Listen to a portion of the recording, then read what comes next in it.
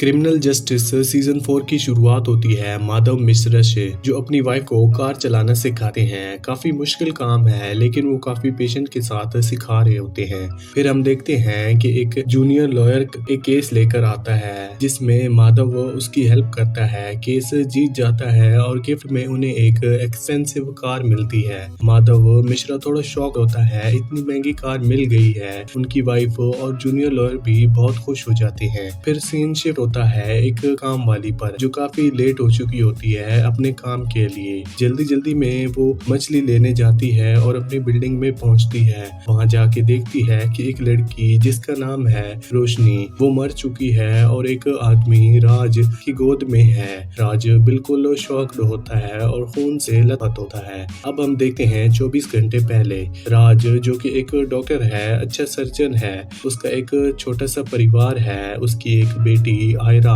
और उसकी बेबी अंजू और उसकी एक माँ। आयरा बीमार रहती है, जिस वजह से वो लोगों से आंखों में आंखें नहीं मिला पाती।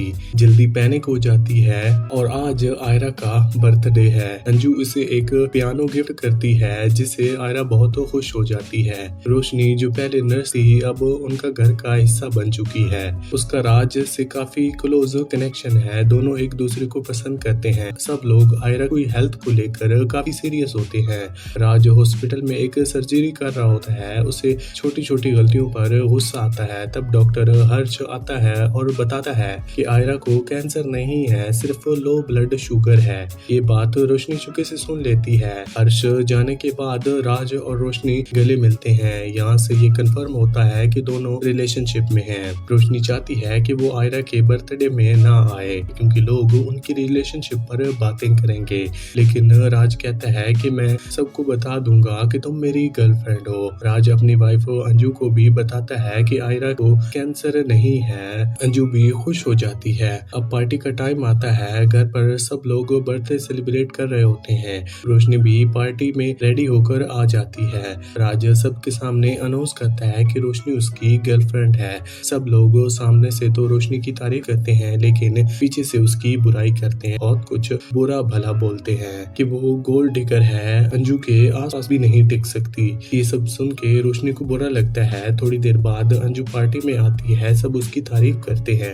रोशनी जल जाती है और चुपके से वहां से निकल जाती है। रोशनी का मूड काफी खराब था, वो गुस्से में थी और जब वो पार्टी से निकल रही थी तब किसी ने उसकी वीडियो बनाना शुरू कर दिया चुपके से। अगले दिन सुबह का टाइम होता है, करीबन 6:45, जब राज के पास रोशनी का मैसेज आता है। उसमें लिखा होता है कि मुझे जल्द ही कॉल करो। फिर 7 बजे के आसपास राज के घर के बाहर कूड़ा फेंकने जाता है और अपनी माँ को ड्रॉप करता है। इसके बाद वो जॉगिंग के लिए निकल जाता है। तभी तकरीबन 7:11 पर हम देखते हैं कि काम वाली बाई जो बिल्डिंग में एंटर करती है। जैसे ही वो ऊपर पहुंची है, वो देखती है कि रोशनी की डेड बॉडी वहाँ पड़ी है, पूरी तरह खून में लिपटी हुई, जो राज की गोद में है। ये सब देखकर वो काम वाली बहुत घबरा जाती है और तुरंत अंजू को बुला लाती है, जो सामने वाले फ्लैट में रहती है। यहाँ हमें पता चलता है कि राज और अंजू अलग अलग रहते हैं, लेकिन अभी तक उनका डिवोर्स नहीं हुआ। जब अंजू सीन देखती है, वो तुरंत पुलिस को कॉल करती है, क्योंकि ये क्लियरली एक मर्डर केस लग रहा होता है। थोड़ी ही देर में इंस्पेक्टर गौरी अपनी टीम के साथ आ जाती है। सारे पुलिस वाले और बिल्डिंग्स के लोग भी वहाँ जमा हो जाते हैं। सबको देखना होता है कि अंदर क्या हुआ। इंस्पेक्टर गौरी केस के सबूत को लेकर करना शुरू करती है। इन्वेस्टिगेशन के दौरान पता चलता है कि रोशनी की गर्दन पर एक गहरा घाव है और किसी ने तेज धार वाले वेपन से उसका मर्डर किया है, लेकिन वो वेपन अभी तक नहीं मिला। जब राज से पूछा जाता है तो उसका बस एक ही जवाब होता है कि मैं रोशनी को नहीं बचा पाया। फिर गौरी अंजू से बात करती है। अंजू बताती है कि वो और राज 15 महीने से अलग रहते हैं, डिवोर्स अभी तक नहीं हुआ। और हाँ, उसे पता चलता है कि राज की एक गर्लफ्रेंड भी थी। इंस्पेक्टर गौरी कहती है कि अभी के लिए राज ही पहला सस्पेक्ट है, इसलिए उसे पुलिस स्टेशन में ले जाना पड़ेगा। गौरी राज को अरेस्ट करके ले जाती है। वहाँ दूसरी तरफ अंजू सीधा माधव मिश्रा के पास जाती है और वहाँ पहुंचकर बताती है, क्योंकि उसे लगता है कि सिर्फ माधव मिश्रा ही राज की हेल्प कर सकते हैं। अंजू माधव मिश्रा को पूरी डिटेल्स बताती है कि क्या हुआ, कैसे हुआ और सारा सीन समझाती है कि वहाँ क्या चल रहा था। फिर हम देखते हैं इंस्पेक्टर गौरी को, जो काम वाली से पूछताछ कर रही होती है। साथ ही वो अपने अपनी टीम को मर्डर वेपन्स ढूंढने के लिए भी बोलती है, क्योंकि अगर वेपन्स मिल गया तो ये केस जल्द ही सॉल्व हो सकता है। दूसरी तरफ पुलिस स्टेशन में राज अपने रूटीन बताता है कि वो सुबह सवेरे उठता है, माँ को बिल्डिंग के बाहर छोड़ता है और फिर जॉगिंग के लिए चला जाता है। वो कहता है कि यूजुअली वो आधा घंटा जॉगिंग करता है, लेकिन उस दिन उसने सिर्फ 15 मिनट में ही वापस आ गया, क्योंकि रात को उसने कुछ ज्यादा ही ड्रिंक कर लिया था। जब राज जॉगिंग से वापस आया तो उसने देखा कि रोशनी जमीन पर पड़ी है और वो तड़प रही है। उसके गले पर गहरा घाव था और वो पूरी तरह से खून में लथपथ थी। राज ने उसे बचाने की कोशिश की, लेकिन बहुत देर हो चुकी थी और उसे बचा नहीं पाया। अब राज के और सवालों का जवाब उसका लॉयर ही पुलिस के सामने देने वाला था। इसी वजह से अंजू ने माधव मिश्रा को जेल भेज दिया था ताकि वो राज से मिलकर केस समझ सके। माधव मिश्रा ने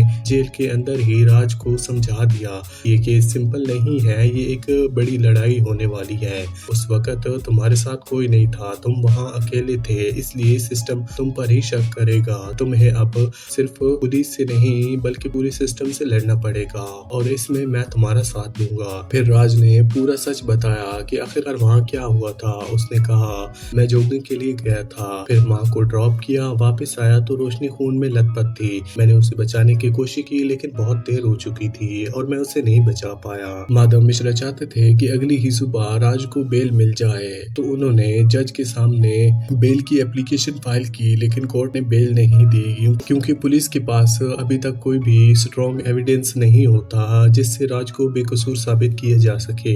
ये सब देखकर एडवोकेट लेखा, जो माधव मिश्रा की ओपोनेंट लॉयर थी, सोचती है शायद माधव मिश्रा के लिए भी ये केस इजी नहीं होने वाला। वहीं दूसरी तरफ इंस्पेक्टर गौरी हॉस्पिटल जाती है। डॉक्टर उसे बताता है जो भी मर्डरर था वो राइट हैंडेड था, कट लेफ्ट से राइट साइड में गया है। ये सुनकर गौरी ने उन सभी लोगों को बुलाया जो आयरा के बर्थडे पार्टी में आए थे। सबका एक ही जवाब था, राज और रोशनी के बीच थोड़ी बहस हुई थी, लेकिन किसी ने भी उनका झगड़ा नहीं देखा। दूसरी तरफ माधव मिश्रा के जूनियर लॉयर्स भी अब केस पर एक्टिवली काम करना शुरू कर देते हैं। वो केस के हर कोने को देखने की कोशिश करते हैं कि मर्डर के पीछे किसका हाथ हो सकता है। बिल्डिंग के फ्रंट और बैक गेट पर सीसीटीवी कैमरास लगे हुए थे। माधव मिश्रा दोनों बिल्डिंग्स जाते हैं इन्वेस्टिगेशन के लिए।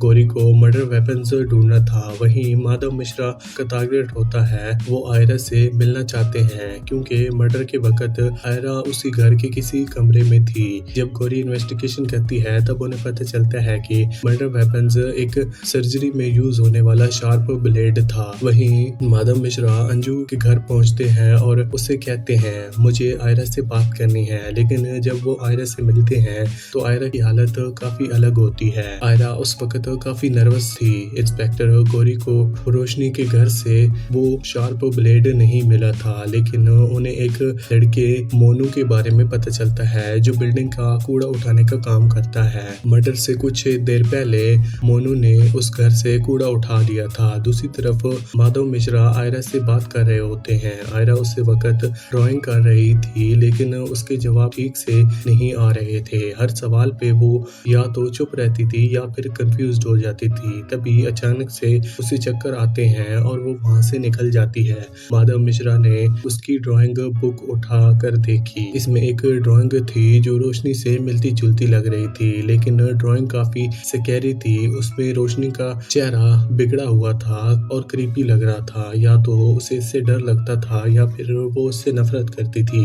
वहीं इंस्पेक्टर गौरी और उनकी टीम उस जगह पहुंची है जहां मोनू ने कूड़ा फेंका था, लेकिन वहां तो पूरा कचरे का पहाड़ था। अब उन्हें समझ नहीं आ रही थी कि वो ब्लेड इतने बड़े कचरे में से कैसे मिलेगा। इसके बाद एक फ्लैशबैक सीन दिखाया जाता है। राज अपने घर में होता है और रोशनी आयरा को बेड टाइम स्टोरी सुना रही होती है। राज ये देखकर बहुत खुश होता है। उसे लगता है कि रोशनी आयरा का अपनी माँ जैसा ख्याल रख रही है। राज आयरा की तारीफ भी करता है। वापिस प्रेजेंट में इंस्पेक्टर गौरी अपने जूनियर से कहती है वो शार्प ब्लेड किसी भी हालत में मिलना चाहिए, चाहे कूड़ा जितना भी ज्यादा क्यों ना हो, हमें ढूंढना ही पड़ेगा। फिर हम देखते हैं कि आयरा का पियानो टेस्ट है स्कूल के अंदर। आयरा स्कूल जाना चाहती है, लेकिन अंजू उसे रोक कर कहती है। फिर अंजू आयरा को क्लियरली समझाती है स्कूल में कोई कुछ भी पूछे तुम मत कहना, अगर पापा के बारे में पूछे तो सिर्फ नो कमेंट कह देना। जब आयरा स्कूल पहुंचती है तो कुछ बच्चे उसे चिढ़ाने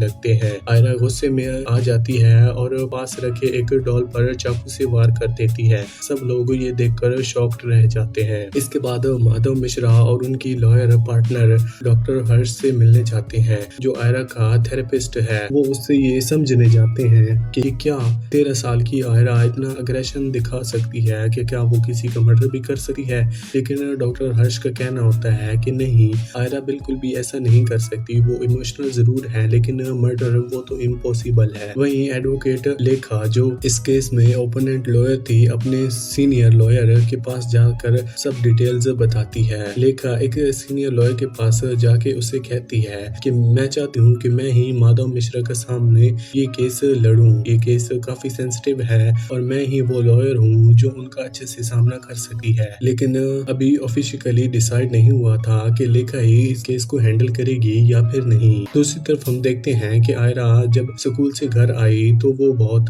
ज्यादा घबराई हुई थी।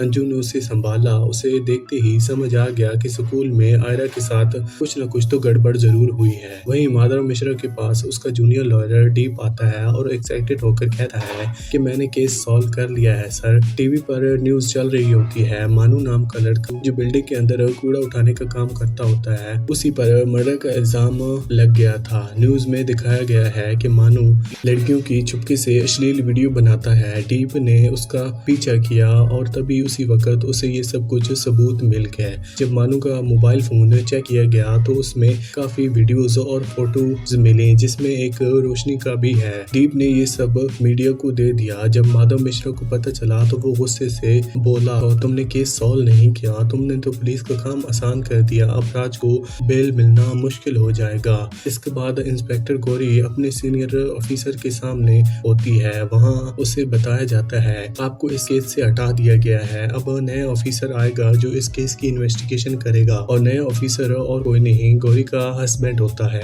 जिससे उनका पर्सनल रिश्ता कुछ अच्छा नहीं होता। फिर हम देखते हैं गौरी के हस्बैंड को, वो मानू को बुरी तरह से पीटने लगता है। गुस्से में एक गिलास उसकी तरफ फेंक देता है, जिसे मानू लेफ्ट हैंड से पकड़ लेता है। तभी सब मर्डर जिसने भी किया है वो तो राइट हैंडेड था, मानू तो लेफ्ट हैंडेड है, तो फिर मानू रियल किलर नहीं हो सकता। तब इंस्पेक्टर गौरी एक वीडियो लेकर आती है जो मानू ने सीक्रेटली बनाई थी। उस वीडियो में दिखता है कि राज और अंजू एक कार में बैठकर एक दूसरे को किस कर रहे होते हैं। और यहीं पर ये सीजन 4 के पहले 3 एपिसोड्स खत्म होते हैं। को इस सीरीज के आगे की भी एक्सप्लेनेशन चाहिए तो इस वीडियो के ऊपर 10 लाइक का टारगेट कंप्लीट कर दें। Thanks for watching.